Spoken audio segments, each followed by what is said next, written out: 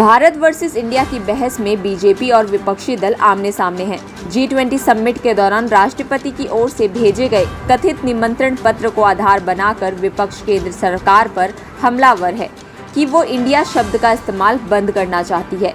दरअसल इस निमंत्रण पत्र में प्रेसिडेंट ऑफ भारत लिखा बताया जा रहा है, जिसे लेकर सोशल मीडिया पर भी बहस छिड़ गई है। तो क्या सरकार इंडिया शब्द खत्म करना चाह रही है? विपक्ष को इस पर ऐतराज क्यों? इस पर चर्चा करने के लिए हमारे साथ भारत नवनिर्माण पार्टी के प्रदेश अध्यक्ष राष्ट्रवादी करण सिंह खाचरियावास हैं, जिन्होंने भारत वर्सेस इंडिया के साथ साथ और अन्य मुद्दों पर भी बात की।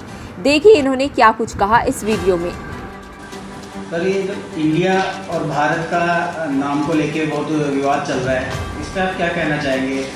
देखिए ये वैसे इंडिया, भारत, हिंदुस्तान ये राजनीति से प्रेरित है। वैसे 15 अगस्त के दिन इंडिया आज़ाद हुआ, उस दिन INDIA independent nation declared in August, इसलिए इंडिया लिखा गया। इंडो नदी के किनारे जो रहते थे इंडो, उनको हिंदू कहा गया तो हिंदू आ गया। और भरत राम के छोटे अनुज थे, उन्होंने अपने भाई के वनवास जाने के बाद उनके पादुकाओं से पादुका की पूजा की, तो भरत से प्रभावित होके भारतवासियों ने भरत के नाम से भारत रख दिया। ये कारण रहा। अभी जो भी चल रहा है वो राजनीति से प्रेरित है। इंडिया, भारत, हिंदुस्तान तीनों एक हैं। अभी भाजपा के द्वारा ये संधि विच्छेद किया जा रहा है। भाजपा क्या करना चाह रही है? इनको जब इंडिया के नाम से नफरत है, इंडिया, भारत, हिंदुस्तान सब एक हैं, ये मुगालते में रखना चाहते हैं, ये ध्यान डाइवर्ट करना चाहते हैं। ये वर्तमान में पूरी व्यवस्थाओं को चरमराने में भाजपा का बहुत बड़ा योगदान है। जब विपक्षी दलों ने मिलकर अपने दल को एक यूनिटी का, जैसे इन्होंने NDA दे रखा है, किसी ने UPA दे रखा था, अभी वर्तमान में इन्होंने अपने विपक्षी दल का नाम इंडिया रख दिया, उनसे ये डर गए। बेसिकली ये डर गए।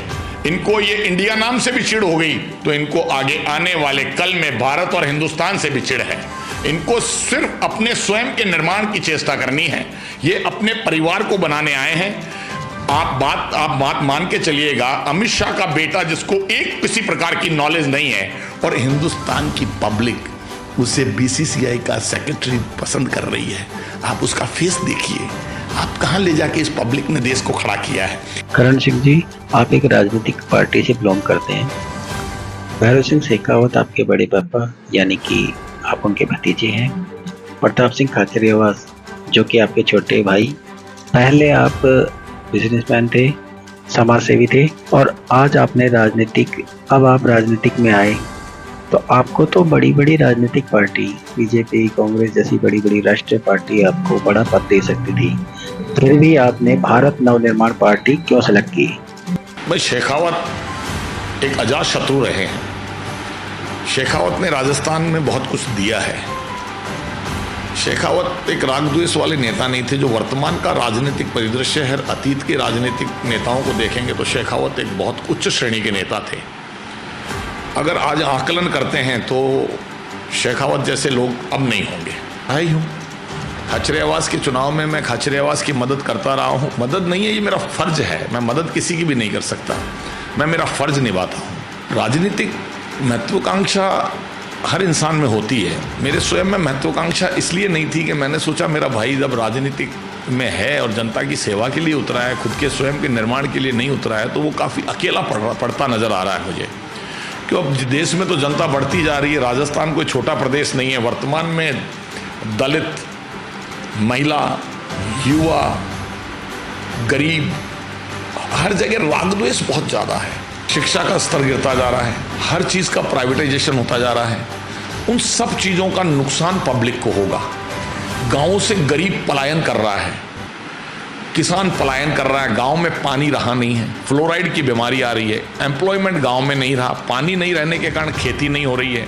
अब उस कम पानी में कैसे खेती हो सकती है, इस विषय में हमारे वैज्ञानिकों को, या आज हमारे एग्रीकल्चर के जितने बड़े बड़े रिसर्च और डेवलपमेंट करने वाले लोग हैं, सरकारें बैठी हैं, कम पानी में कैसे खेती हो सकती है, खारे पानी में कौन सी खेती हो सकती है। हर 60 किलोमीटर में मौसम, पानी में और आवाज़, बोली में और पानी में और सब चीज़ों में फ़र्क आता है। तो आज सरकारों को ये सोचना होगा गाँव से पलायन कैसे रोके। और गाँव में बीमारियाँ बहुत हो रही हैं, गाँव में स्कूल शिक्षण संस्थाओं की बहुत बुरी स्थिति है। जहाँ आज वर्तमान में पूरे देश ओलंपिक्स में, कॉमनवेल्थ में, एशियन गेम्स में पार्टिसिपेट करते हैं, चाइना और अमेरिका, कोरिया, ये सब जितने भी मेडल होते हैं, गोल्ड, ब्रॉन्ज, सिल्वर, ये लेके जाते हैं। क्यों ना इंडिया लेके जाए?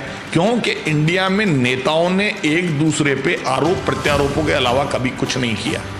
जैसे मैं पूर्व में 9 सालों से देख रहा हूँ, हमारे इस देश में हिंदू मुस्लिम कभी भी नहीं होता था, जो आज इस देश को सांप्रदायिक देश बना दिया है। इस देश में सांप्रदायिकता से ऊपर कोई बात ही नहीं हो पाती है। हमारे देश में प्रधानमंत्री का क्या दायित्व होता था? 16वां प्रधानमंत्री, पहले प्रधानमंत्री को गाली देना।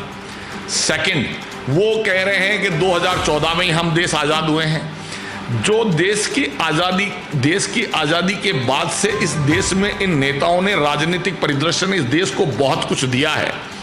आज इस देश को वर्तमान की राजनीतिक व्यवस्था ने कहां ले जाके खड़ा कर दिया है? इंसान से इंसान को दूर कर दिया है। जातिवाद चरम सीमा पे पहुंच चुका है। जातिवाद कौन लोग करते हैं, मैंने पूर्व में भी कहा है। सांप्रदायिकता बहुत ज्यादा बढ़ती जा रही है। धर्म के नाम पे बहुत ज्यादा इंसानियत में भेदभाव होता जा रहा है। शिक्षण संस्थाएं, अभी पूर्व मैंने एक बार पहले भी कहा था कि अभी प्रजातंत्र नष्ट हो रहा है, नष्ट होता नजर आ रहा है। जहां पे हर समय हमारे नेता, हमारी पब्लिक, जो भी कुछ हुआ है, प्रजातंत्र नष्ट होने में पब्लिक का बहुत बड़ा योगदान होता है। क्योंकि जैसे सोशल मीडिया पे वर्तमान में देश का चरित्र हनन होता है, एक दूसरे को घेर लेते हैं। वो एक दूसरे का सामना, आज आप मान के चलिएगा, पहले घर एक रहते थे, आज भाइयों में फूट है, परिवारों में फूट है, राजनीति के कारण हुई है।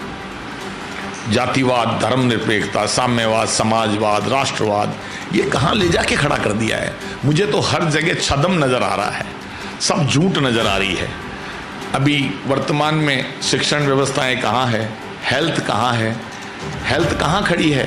ये अशोक गहलोत साहब के ज़माने से, मैं नो डाउट आज मैं वर्तमान की अगर बात करूँगा तो इससे पहले सरकारों ने स्टेट को क्या दिया है और इस सरकार ने क्या दिया है।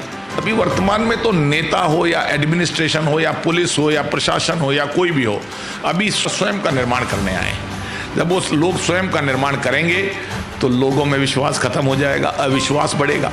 जब अविश्वास बढ़ेगा तो विश्वास पैदा करने के लिए हम जैसे लोग आए हैं।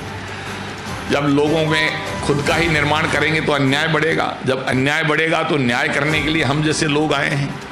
जब लोग अपने आप को हारा हुआ महसूस करेंगे तो उनको जिताने के लिए हम जैसे लोग आए हैं, निर्माण करने के लिए। जब राष्ट्र में कभी विपदा आएगी तो हम जैसे लोग राष्ट्र में बलिदान दे देंगे। हम अपने लिए, स्वयं के लिए नहीं आए हैं। हमने हमारे नाम से आगे राष्ट्रवादीकरण लिख दिया है और नाम के आगे सिंह शेखावत हटा के दास लिख दिया है। हम जनता के बीच में दास के रूप में जाएंगे और ये कहेंगे कि वर्तमान की राजनीतिक व्यवस्था ने आप में, हम में, सब में फूट डाल दी है। हमें राष्ट्र को बचाना है और राष्ट्र को विकास की ओर अग्रसर करना है। हमें राष्ट्र में राम राज्य स्थापित करना है। राम राज्य स्थापित जनता के द्वारा ही किया जाता है, जहाँ पे सर्वधर्म सद्भाव हमारा नारा है और हिंदुस्तान हमारा है। ये मेरे भारत नवनिर्माण का नारा है। जय हिंद, जय भारत। अगर आपकी पार्टी जीत के आती है तो आपका पहला बदलाव क्या होगा? खास करके ग्रामीण इलाकों में आप क्या करेंगे? देखिए, हमारी पार्टी अगर सत्ता में आती है तो हम रूरल डेवलपमेंट ऑर्गेनाइजेशन का गठन करेंगे, जहां पे हर घर, पंचायत स्तर पे 10 पंचायतों के बीच में एक बिजनेस हब खड़ा करेंगे, जहां पे राजस्थान सरकार के नुमाइंदे, शिक्षक, administrative services, sports council, health, doctor, वहाँ पे हर तरीके का एक, जैसे जस्ट लाइक सेक्रेटरीट होता है वैसे वहाँ पे उस गांव का निर्माण करेगा। उस पंचायत के 50, जहाँ पे डेली तो पैसा दिया जाएगा, वहाँ हस्तकरघा उद्योग को डेवलप करने की शिक्षा दी जाएगी कि हमारे यहाँ कौन सी चीज़ हम उत्पन्न कर सकते हैं, हम किस खेती से हमारी खेती को उत्पन्न कर सकते हैं, इस पानी से कौन सी खेती कर सकते हैं, हम कैसे स्पोर्ट्स को आगे बढ़ा सकते हैं, हर घर को रोजगार मुखी बनाना है, हर घर को हेल्दी बनाना है, हर घर का डाटा पूरे देश के पास आ जाएगा। आज हमारे डाटाज इधर से उधर ये एडमिनिस्ट्रेशन करता जा रहा है। चुनाव में धांधली हो रही है। चुनाव आयोग का जो काम है वो चुनाव आयोग को करना चाहिए, वहाँ नेता लोग कर रहे हैं। नेता जनता को दिखा कुछ और रहे हैं, कर कुछ और रहे हैं, उससे जनता को बहुत बड़ा नुकसान होगा। पूर्व में नेताओं ने कैसे कैसे भाषण दिए, कहाँ महंगाई को ले जाके खड़ा कर दिया है।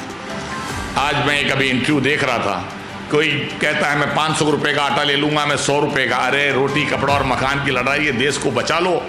ये अगर 20% मुसलमान से आपको हिंदुओं को इतना डराया जाएगा तो आगे आने वाली जनरेशन कमज़ोर पैदा होगी। ये राजनीति में डिवाइड एंड रूल्स के तहत किया गया है। कारण है कि जो राजनीति में जातीय, पहले हमारी, जैसे मैं राजपूत हूँ, राजपूतों में विश्वास, न्याय, निर्माण, बलिदान कूट कूट के भरा होता था। राजपूत जाति को गांव में सर्वधर्म उसको मानते थे। कहीं किसी प्रकार का अन्याय होता था, कहीं विश्वास होता था, कोई हारता था तो उसकी राजपूत मदद करता था। अच्छा, राजपूत लोग 36 कौम को साथ लेके चलते हैं, तो क्या आप भी 36 कौम को साथ लेके चलेंगे? देखिए, राजपूत एक वो कौम थी जो राष्ट्र धर्म निभाने वाली जाति थी। वो हिंदू मुस्लिम सिख ईसाई नहीं करती थी। आज वर्तमान की व्यवस्था ने हिंदू मुस्लिम करके सब जातियों में को चरमरा दिया है। इसी तरह की तमाम जानकारी के लिए आप बने रहिए द फ्रीडम न्यूज के साथ।